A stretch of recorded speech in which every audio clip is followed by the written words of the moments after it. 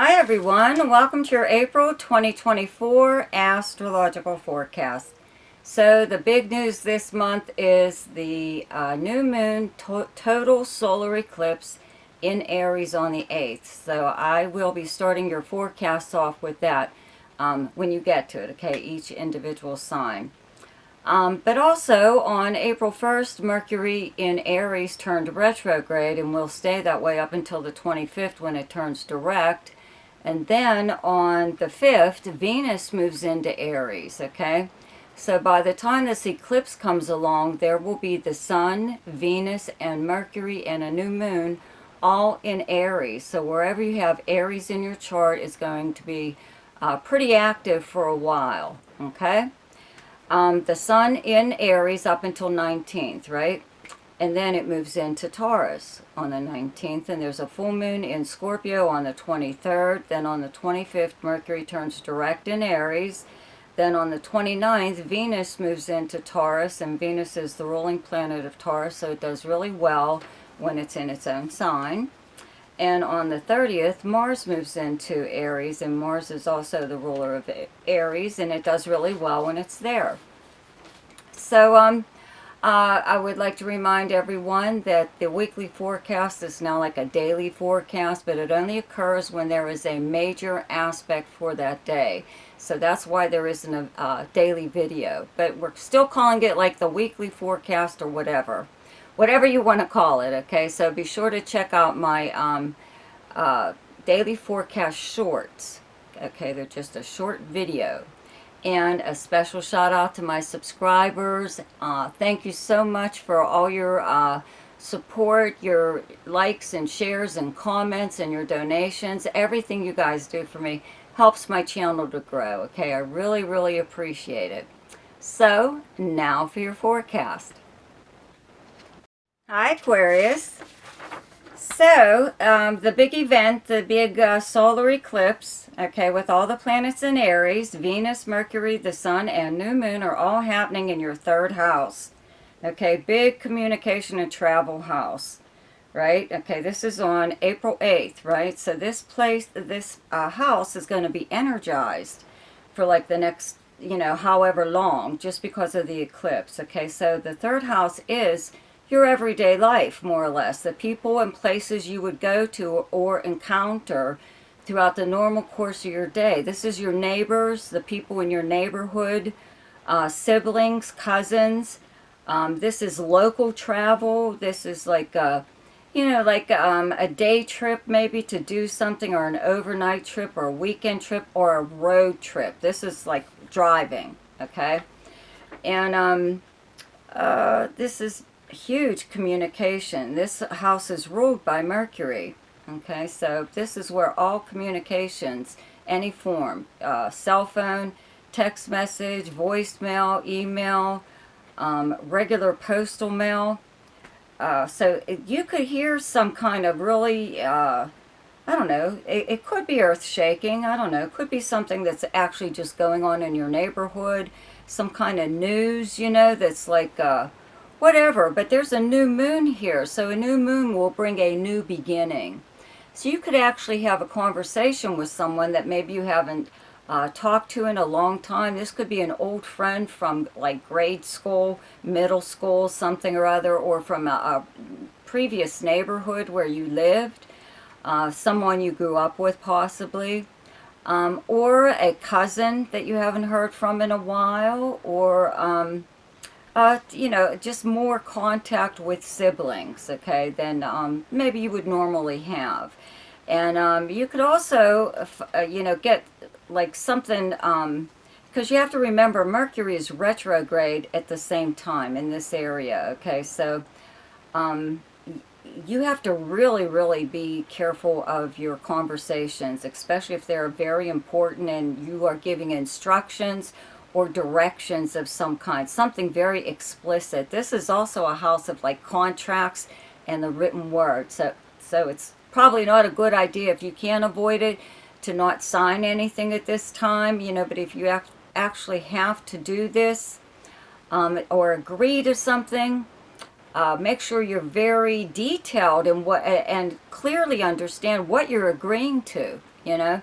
Mercury retrograde periods are good for changing your mind, you know, or going over, you know, something that maybe that you've already signed or agreed to. So you might want to look for, go through whatever then, you know, because that's kind of highlighted here is the written word, okay?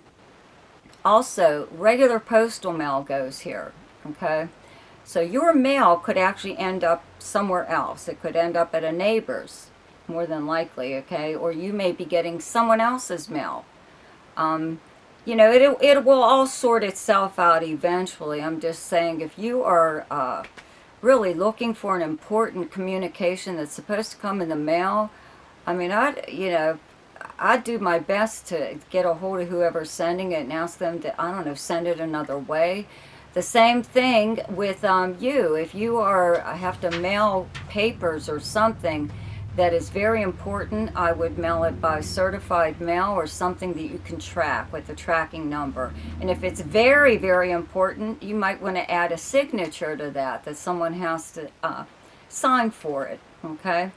So also for travel, okay, well, actually you may just find yourself running around your own neighborhood an awful lot at this time. A lot of times because you forgot something, like leaving your keys at the counter of, you know, whatever store you were in, or going to the store, not having your list with you, you know, what you were supposed to buy, but not realizing, you know, feeling your memory's good enough, you know, so you just go by memory, and then getting home and finding out the very thing that you went to the store for, you didn't get. Okay, so a lot of retracing of steps, okay? Another thing too, you could be losing your keys, stuff like that. You know, you of all signs, your cell phone could really be acting up. I always tell people, don't run out and buy a new cell phone, okay? Wait, and if you really need a new cell phone, you'll know after Mercury turns direct next month. You know, go into next month, because even when it turns direct on the 25th, there's still that period where it's trying to adjust itself. It is in direct motion, but it's still like gathering its wits about it, more or less. It is called the shadow period, but I don't usually use that term.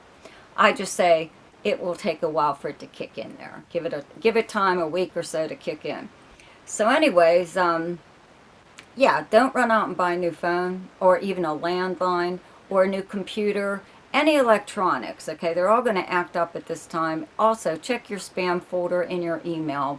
You may find something that you were waiting to hear, someone you were waiting to hear from, or something you were waiting for is there, and that's why you're not getting it. Okay, so again, this is a big communication house, you know, there could be around this new moon something, maybe a new business moving into the area, or a new neighbor. Whatever you hear about them, the business or the neighbor, take it with a grain of salt. You know, it's probably all jumbled and not correct anyway. So eventually you'll get the news that you were supposed to get, okay? And you could also find yourself on the phone an awful lot with people, more than you normally are. And this is a social media, this is an internet house. So I would have to say that you might be on social media a little bit more than usual, and taking at least maybe one road trip, okay? Then, you know, Venus moves here like on the 5th, and it's up until the 29th. So I'd have to say that there's something fun, at least something fun going on within your neighborhood for you to do. Or it is, again, some kind of like short trip. So the sun moves into Taurus on the 19th, and your 4th house, where you have the sign of Taurus. Your 4th house is your home, your family, where you physically live, and the property surrounding it. It's your personal life, your past, the very foundation of how you were raised, okay? So Jupiter and Taurus are already here, and this is like good luck. You know, maybe it doesn't seem that way to you, whatever's going on in your personal life or your family or your home. You know, Uranus brings a lot of upheavals, you know, sudden occurrences happening within either your family or your personal life, or a roommate, someone you're living with, your property, whatever. But Jupiter is here like since last year, so it should have like kind of evened out the sudden surprises, and in fact some of the sudden surprises could have been good with Jupiter here. Okay, so now with all these planets moving here, you know, turns your attention to your family or your personal life or your home. Okay, so a lot of times you know, you may be welcoming a new person into your home. Could be a baby, could be someone else's baby, anything actually, you know. But there's a full moon in Scorpio on the 23rd. It is in your 10th house, directly across from your 4th house. Okay, that's where you have Scorpio. 10th house is your most public house. It's your house of your career and your public persona, how you're known by reputation, okay, both professionally and personally. And usually what happens is around a full moon is some kind of like maybe crisis or minor thing may happen at work or within your career that you have to take care of, and your personal life is just put on the back burner for like a day or two or whatever. You know, everybody has to do it sooner or later. Work first and then take care of their personal life later. So it could be something like that. You know, something going on like within your job or your career, or even if you're retired, there's just something that is pulling you away from your home or your personal life or your family on around this full moon for you to take care of. That's all. Okay. Let's see here. That's pretty much it. You know, Mars is still in Pisces, though, up until like the 30th, okay? In your 2nd house of income, okay? Also, along with Saturn and Neptune.